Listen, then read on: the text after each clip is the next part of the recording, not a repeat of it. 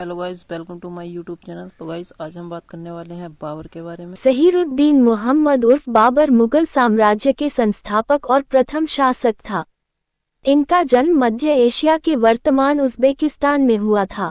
ये तैमूर और चंगेज़ खान का वंशज था। मुबय्यान नामक पद्य शैली का जन्मदाता बाबर को ही माना जाता है। 1504 ई में काबुल तथा 1507 ई में कंधार को जीता तथा बादशाह की उपाधि धारण की। 1519 से 1526 ई तक भारत पर इसने 5 बार आक्रमण किया। 1526 में इन्होंने पानीपत के मैदान में दिल्ली सल्तनत के अंतिम सुल्तान इब्राहिम लोदी को हराकर मुगल साम्राज्य की नींव रखी।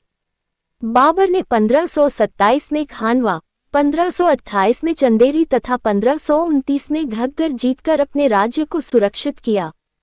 1530 ईस्वी में इसकी मृत्यु हो गई। जन्म 14 फरवरी 1483, फरगनावादी। निधन 26 दिसंबर 1530, आगरा। समाधि बागे बाबर, काबुल। संतान हुमायूं, कामरान मिर्जा, गुलबदन बेगम। घराना तैमूरी राजवंश। पिता उमर शेख मिर्जा, माता कुतलग निगार खानम। बाबर का जन्म फरगनावादी के अंदीजान नामक शहर में हुआ था, जो अब उज़्बेकिस्तान में है। वो अपने पिता उमर शेख मिर्जा, जो फरगना घाटी के शासक थे तथा जिसको उसने एक ठिकने कद के तगड़े जिस्म, मांसल चेहरे तथा गोल दाढ़ी वाले व्यक्ति के रूप में वर्णित किया है, तथा माता कुतलुग निगार खानम का ज्येष्ठ पुत्र था। हालांकि बाबर का मूल मंगोलिया के बरलास कबीले से संबंधित था, पर उस कबीले के लोगों पर फारसी तथा तुर्क जनजीवन का बहुत असर रहा था। वे इस्लाम में परिवर्तित हुए तथा उन्होंने तुर्किस्तान को अपना वासस्थान बनाया। बाबर की मातृभाषा चगताई भाषा थी, पर फारसी, जो उस समय उस स्थान की आम बोलचाल की भाषा थी, में भी वो प्रवीण था। उसने चगताई में बाबरनामा के नाम से अपनी जीवनी लिखी। मंगोल जाति, जिसे फारसी में मुगल कहते थे, का होने के बावजूद उसकी जनता और अनुचर तुर्क तथा फारसी लोग थे। उसकी सेना में तुर्क, फारसी, पश्तो के अलावा बरलास तथा मध्य एशियाई कबीले के लोग भी थे। कहा जाता है कि बाबर बहुत ही तगड़ा और शक्तिशाली था। ऐसा भी कहा जाता है कि केवल व्यायाम के लिए वो 2 लोगों को अपने दोनों कंधों पर लादकर उन्नयन ढाल पर दौड़ लेता था। लोक कथाओं के अनुसार बाबर अपने राह में आने वाली सभी नदियों को तैरकर पार करता था। सन 1494 में 12 वर्ष की आयु में ही उसे फरगना घाटी के शासक का पद सौंपा गया। उसके चाचाओं ने इस स्थिति का फायदा उठाया और बाबर को गद्दी से हटा दिया। कई सालों तक उसने निर्वासन में जीवन बिताया, जब उसके साथ कुछ किसान और उसके संबंधी ही थे। 1496 में उसने उज़्बेक शहर समरकंद पर आक्रमण किया और 7 महीनों के बाद उसे जीत भी लिया। इसी बीच जब वह समरकंद पर आक्रमण कर रहा था, तब उसके एक सैनिक सरगना ने फरगना पर अपना आधिपत्य जमा लिया। जब बाबर इस पर वापस अधिकार करने फरगना आ रहा था, तो उसकी सेना ने समरकंद में उसका साथ छोड़ दिया, जिसके फलस्वरूप समरकंद और फरगना दोनों उसके हाथों से चले गए।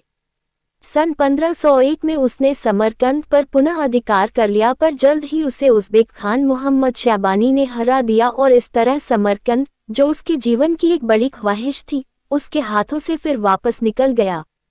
फरगना से अपने चंद वफादार सैनिकों के साथ भागने के बाद अगले 3 सालों तक उसने अपनी सेना बनाने पर ध्यान केंद्रित किया। इस क्रम में उसने बड़ी मात्रा में बदखशान प्रांत के ताजिकों को अपनी सेना में भर्ती किया। सन 1504 में हिंदू कुश की बर्फीली चोटियों को पार करके उसने काबुल पर अपना नियंत्रण स्थापित किया।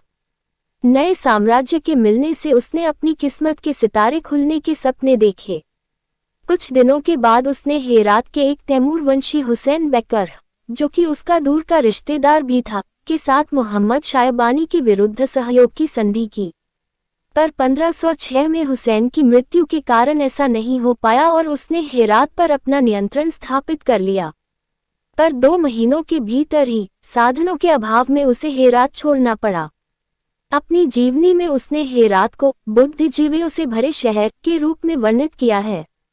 वहां पर उसे उइगुर कवि मीर अली शाह नवाई की रचनाओं के बारे में पता चला, जो चागताई भाषा को साहित्य की भाषा बनाने के पक्ष में थे।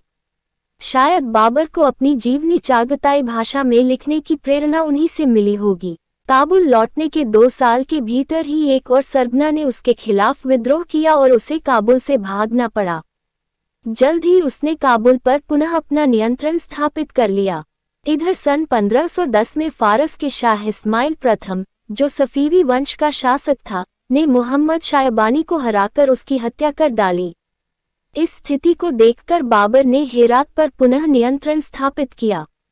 इसके बाद उसने शाह इस्माइल प्रथम के साथ मध्य एशिया पर मिलकर आधिपत्य जमाने के लिए एक समझौता किया।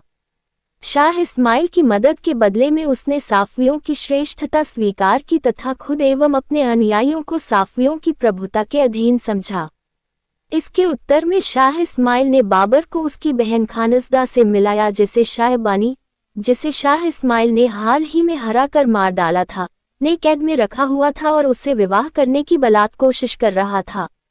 शाह ने बाबर को ऐशो आराम तथा सैन्य हितों के लिए पूरी सहायता दी, जिसका जवाब बाबर ने अपने को शिया परंपरा में ढाल कर दिया। उसने शिया मुसलमानों के अनुरूप वस्त्र पहनना आरंभ किया। शाह इस्माइल के शासनकाल में फारस शिया मुसलमानों का गढ़ बन गया और वो अपने आप को 7वें शिया इमाम मूसा अल काजिम का वंशज मानता था। वहाँ सिक्के शाह के नाम में ढलते थे तथा मस्जिद में खुतबे शाह के नाम से पढ़े जाते थे। हालांकि काबुल में सिक्के और खुतबे बाबर के नाम से ही थे। बाबर समरकंद का शासन शाह इस्माइल के सहयोगी की हैसियत से चलाता था। शाह की मदद से बाबर ने बुखारा पर चढ़ाई की। वहाँ पर बाबर एक तैमूरवंशी होने के कारण लोगों की नज़र में उज़्बेकों से मुक्तिदाता के रूप में देखा गया और गांव के गांव उसको बधाई देने के लिए खाली हो गए। इसके बाद फारस के शाह की मदद को अनावश्यक समझकर उसने शाह की सहायता लेनी बंद कर दी। अक्टूबर 1511 में उसने समरकंद पर चढ़ाई की और एक बार फिर उसे अपने अधीन कर लिया। वहाँ भी उसका स्वागत हुआ और एक बार फिर गांव के गांव उसको बधाई देने के लिए खाली हो गए। वहाँ सुन्नी मुसलमानों के बीच वह शिया वस्त्रों में एकदम अलग लग रहा था। हालांकि उसका शिया हुलिया सिर्फ शाह इस्माइल के प्रति साम्यता को दर्शाने के लिए थी, उसने अपना शिया स्वरूप बनाए रखा।